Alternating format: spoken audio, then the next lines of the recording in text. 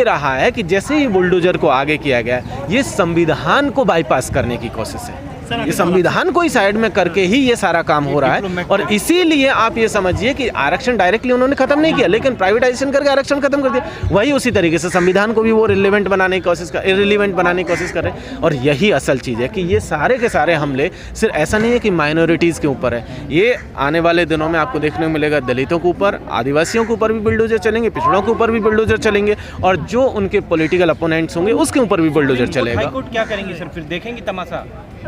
अब ये देखने वाली बात होगी कि सुप्रीम कोर्ट और हाई कोर्ट इसमें क्या करेगा, क्योंकि अभी तक तो जिस वही तो अब देखना ये होगा कि आने वाले दिनों में सुप्रीम कोर्ट का हाई कोर्ट का क्या रवैया होगा, ये देखने वाली बात होगी। अभी तक जो रवैया वो एकदम से अच्छा रवैया नहीं है, वो किसी तरीके से कहे हेल्दी डेमोक्रेसी के लिए अच्छी बात नहीं है। सर, जो बीजेपी के नुमाइंदे हैं, मंत्री हैं, वो दलितों घर खाना खाने जा रहे हैं, आजकल भी उनका शोषण भी कर रहे हैं।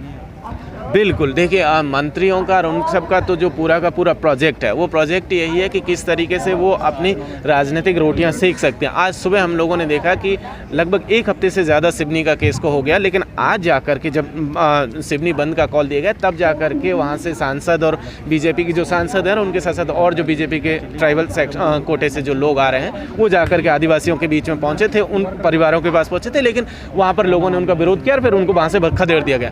तो वो तो आते हैं दरअसल मार्केट में अपनी छवि बनाने के लिए, क्योंकि उनके पास मीडिया सब कुछ, वो अपनी छवि बनाने के लिए कर।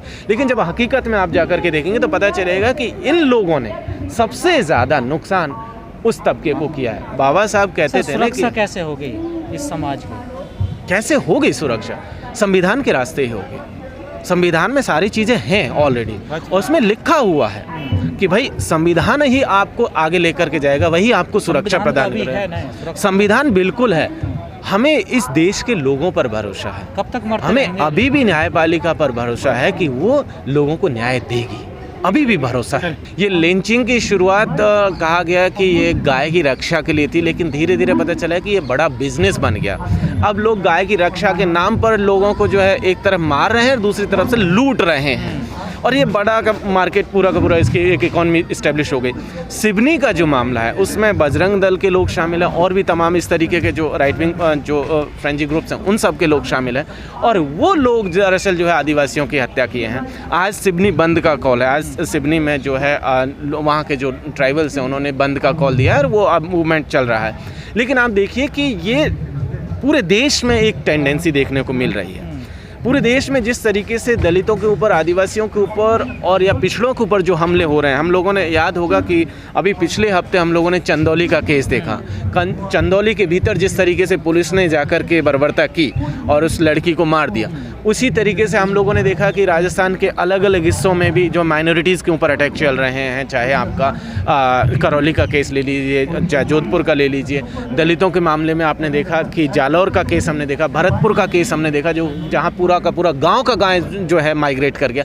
तो ये एक प्रोजेक्ट चल रहा है लगातार, और इस प्रोजेक्ट के जरिए हो ये रहा है कि इस पूरे के पूरे शोषित, पीड़ित, वंचित तबके को हाशिए पर धकेला जा रहा है। वो जैसे हमने देखा कि 90 के बाद उसने असर्शन करना शुरू किया, वो पढ़ लिख करके यूनिवर्सिटीज़ में गया, वो नौकरी पे में गया, और वो जाकर के धीरे धीरे जब अपनी आवाज़ बुलंद करने लगा, अब उसको दूसरे तरीके से धकेलने की कोशिश चल रही है, उसको पीछे जो है धक्का दिया जा रहा है। चाहे वो नौकरी के मामले में देखें लेटरल एंट्री से हो, तो अगर ज़मीन पर देखेंगे तो आपको देखने को मिलेगा उसको वहाँ पर भी साइडलाइन किया जा रहा है। तो ये चीज़ें लगातार आपको देखने को मिलेगी, ये एक टेंडेंसी है। ये आज की तारीख में समझिए कि इस देश की जो सरकार है उसका एक नेशनल प्रोजेक्ट बन गया है, और उस प्रोजेक्ट का टारगेट ये है कि आप जो मेजोरिटी है उस मेजोरिटी को ही इस्टेब्लिश कर दीजिए, और जो तबका हाशिए पर है उसको एकदम से आप हाशिए पे धकेलते हुए चले जाइए। आज देखिए कि हसदेव के भीतर आदिवासी लड़ रहा है, 1,74,000 हेक्टेयर का जंगल है जिसको बचाने के लिए आदिवासी लड़ रहा है। इसी तरीके से नेतरहाट में पिछले 30 साल से आंदोलन चल रहा है। 245 गांव के आदिवासी हैं जो उस ज़मीन को बचाने के लिए लड़ रहे हैं।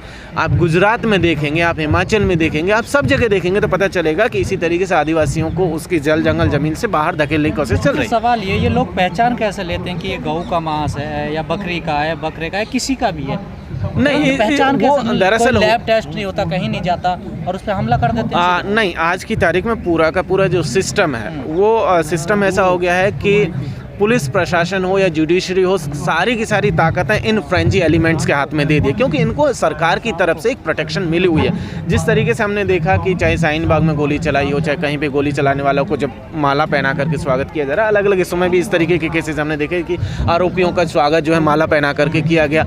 कई तो मंत्री जाकर के उनको माला पहनाने का काम किए। तो इसके जरिए हुआ है कि इनके हौसले बढ़े। प्रधानमंत्री कहते हैं कि दलितों को मत मारो, मुझे मार लो। नहीं, अब प्रधानमंत्री जी तो बहुत सारी चीज़ें कहते हैं, लेकिन जब सिवनी का मामला होता है, जब करौली और जोधपुर का मामला होता है, जब जालौर का मामला होता है, जब चंदौली का मामला होता है, तो प्रधानमंत्री जी कुछ नहीं कहते हैं। ये भी सच है। लेकिन एक चीज़ ये समझिए कि ये सारे के सारे मामलों को जब हम लोग देखते हैं तो पता चलेगा कि सबको जो है हाशिए पर धकेल दिया गया है, सबको हाशिए पर धकेला जा रहा है। और जब इसको आप देखेंगे तो पता चलेगा इनका मकसद एक है। जातियों को क्यों टारगेट किया जाता है इन मामलों में? दरअसल हो ये रहा है कि अब ये वो जातियां हैं जो अपना असर्शन दिखा रही हैं, अब अपना हिस्सा मांगना शुरू किए। दलितों को आपने इतने लंबे वक्त तक दबा करके रखा, आपने कहा कि ये पैरों से पैदा हुआ है और इसका काम जो है आपकी सेवा करना है। अब उसने इनकार कर दिया कि वो आपका जो है गंदगी नहीं उठाएगा, वो आपकी सेवा नहीं करेगा, वो आपके साथ बराबर से बैठ करके बातचीत करेगा। उसके पास भी दिमाग है, वो भी उसको अप्लाई करेगा। उसके पास भी एक सेंसिबल चीज़ें हैं तो वो उसका इस्तेमाल कर, साइंस है, बहुत सारी चीज़ें हैं। तो अब जैसे ही उसने अपने बराबरी का हक जताना शुरू किया, जाहिर सी बात है जो लोग पहले से कब्जा करके इन संस्थानों पर बैठे थे उनको चिढ़ होने लगी। यही आदिवासियों के साथ हुआ कि भाई तुम जंगल में रह रहे थे, शांति से रहो, ठीक है, अब तुम सारी ज़मीनें ली जा रही है तो तुम चिल्ला क्यों रहे हो? लेकिन आदिवासियों ने कहा कि देखिए आपकी सरकार जब आई है उससे हजारों वर्ष पहले से हम लोग यहाँ पर रह रहे हैं। सर, जाति का विनाश होगा भारत में या नहीं? देखिए ये एक ऐसा हाइपोथेटिकल क्वेश्चन है कि जाति का विनाश, देखिए जाति का विनाश पॉसिबल है। बाबा साहब ने रास्ता दिखाया था, इंटरकास्ट मैरिज का एक रास्ता था जिसके जरिए जाति, लेकिन हो ये रहा है कि पूरे के पूरे इस देश की बुनियाद भी जो है उसकी पूरी बुनियाद दरअसल जाति पर ही टिकी हुई है, धर्म की बुनियादी जाति पर टिकी हुई है। और ऑनर किलिंग उसका एक सच है, उससे इनकार नहीं किया जा सकता है। वो किसी भी ऐसे कई धर्म हमारे देश में तो ऐसे रहे जो जाति से एकदम दूर थे, जाति जैसी चीज़ें उनके यहाँ नहीं थी, लेकिन अब धीरे धीरे उनके यहाँ पे भी जाती है। हम लोगों ने हैदराबाद का केस देखा कि किस तरीके से नागराजू की हत्या हुई, ठीक है, वहाँ पर भी एक जाति का, तो तमाम जगहों पर जाति जो है एक सच्चाई है, उससे इनकार नहीं किया जा सकता। एलिमिनेशन होगा कि नहीं होगा वो एक देखने वाली बात है। जी, तबरेज़ अंसारी की अगर मॉब लिंचिंग होती है झारखंड में तो पूरा जंतर मंतर पे पूरा आंदोलन होता है। जब नागराजू की हत्या होती है, मॉब लिंचिंग उसकी हो जाती है, नकलिंग होती है, यहाँ कोई एक्टिविस्ट नहीं आ रहा है। क्या यहाँ पे जातिवाद हुआ है? उसके साथ प्रगतिशील लोग कहाँ चले जाते हैं? नहीं, देखिए ऐसा नहीं है कि सब लोग, जब आप इस तरीके के केस आप देखेंगे, लिंचिंग के केस, चाहे तबरेज़ अंसारी का केस हो, जो बिल्कुल लिंचिंग है, तबरेज़ अंसारी का केस हो या नागराजू का केस हो या फिर सिवनी का केस हो, ये तमाम केसेस में आप देखेंगे तो जिस तरीके का स्टेट का रिप्रेशन है, जिस तरीके का स्टेट का रिप्रेशन है, उस स्टेट के रिप्रेशन में हो ये रहा है कि धीरे धीरे जितने भी बोलने वाले लोग हैं उनको अब धीरे धीरे कट किया जा रहा है, उनको लिमिट करने की कोशिश चल रही है। उनको जय भीम का नारा देते हैं ओवैसी जी, यहाँ क्यों नहीं आ रहे हैं वो? बिल्कुल सच बात है कि उनको आना चाहिए, और उनको ही नहीं तमाम लोगों को आना चाहिए, क्योंकि जब हम लोग ब्रॉडर बहुजन यूनिटी की बात करते हैं तब उसमें होना चाहिए था कि सबकी हिस्सेदारी यहाँ पर होनी चाहिए, चाहे नागराजू का मसला हो, चाहे सिवनी का मसला हो, और तमाम मसलों में होनी चाहिए, लेकिन वो नहीं है। लेकिन एक चीज़ हम लोग देख रहे हैं कि लगातार जिस तरीके से या जंतर मंतर में पहले भी हम लोगों ने देखा कि कुछ हफ्ते पहले जो जहांगीरपुरी के मसले पर भी लोग आए थे और लगातार आ रहे हैं, तो आने वाले दिनों में हो सकता है कि लोग आएँ और वो अपना प्रतिरोध दर्ज करें। उत्तर प्रदेश के ललितपुर में जो है दलित किशोरी से गैंग रेप होता है, फिर वो थाने में जाती है, वहाँ भी उसको एसएचओ जो है अपना शिकार बना लेता है, जबकि योगी जी पैर पूजते हैं बेटियों के, नवरात्रों में कन्या पूजन करते हैं। कहाँ चला गया वो राम राज्य?